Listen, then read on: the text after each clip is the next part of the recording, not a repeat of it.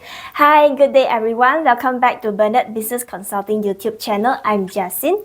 So today in this episode, we'll be talking about what are Scope 1, 2 and 3 emissions.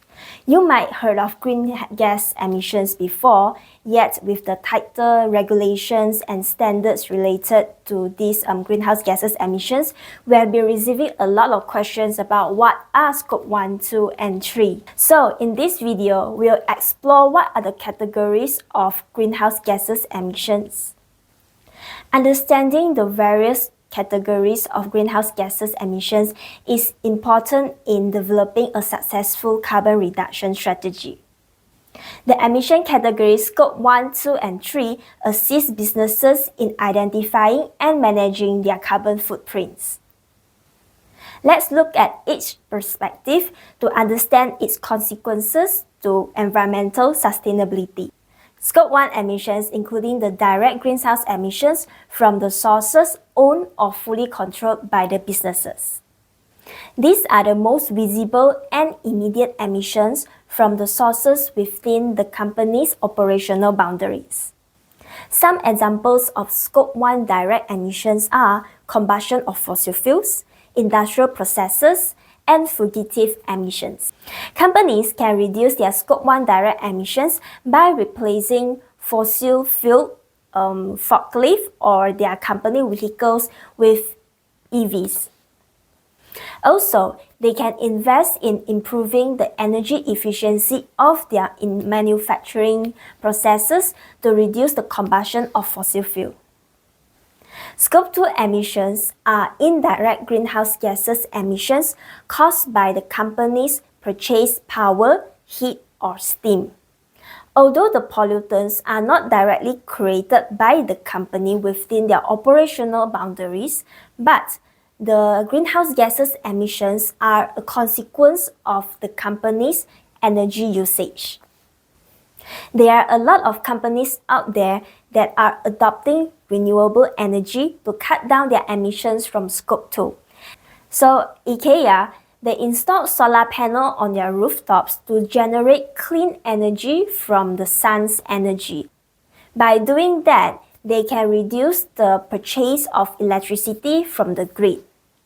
Scope 3 emissions include all indirect greenhouse gases emissions across a company's value chain that are not included in Scope 1 and Scope 2. Scope 3 is nearly the most complex among all the scopes of emissions because it entails various activities in the upstream and downstream of a company's operation. Scope 3 emissions include the following: upstream activities. Examples are the manufacturing and transportation of raw material to the company for processing. The next example is business travel. So the employees of the company travel either by air or by road for work purposes. So, emissions from waste disposal either by landfill or incineration are also included in Scope 3. IKEA, they promote the use of sustainably sourced materials such as wood from the ethically managed forests to reduce the carbon emissions embedded in the raw material. And also, they promote circular economy by encouraging their customers to return the old furniture, and in exchange, they get a certain discount when they purchase new furniture from IKEA. By doing so, IKEA wants to reduce the carbon emissions associated with the disposal of their product. Now that you have learned what are Scope 1, 2, and 3 emissions, the question is, do we need to measure all three scopes? The answer is yes. Because based on different industry and different nature of companies, Scope 1, 2, and 3 contributes to different percentage of the company's total carbon emission.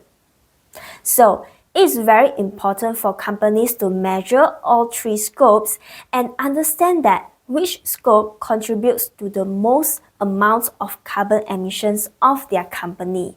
By doing so, a company can strategically plan their carbon emission reduction strategies and to tackle the sources which contributes the most.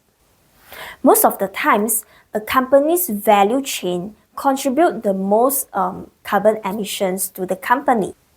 Although measuring Scope 3 emissions is complex and taking up a lot of time and effort, but it is still critical for companies to do so because it can help them to strategically reduce their carbon emissions and also ultimately achieve carbon neutral. In short, knowing their Scope 1, 2, 3 emissions are important for companies to strategically pave their road for ESG and sustainability. So, if you want to know how carbon emissions can influence your company's financial stability, you must join us in our upcoming ESG and sustainability workshop where we will talk about carbon pricing and how CBAM will affect your company. So remember to sign up now and secure your seats because they are limited. Hope to see you in the ESG and sustainability workshop.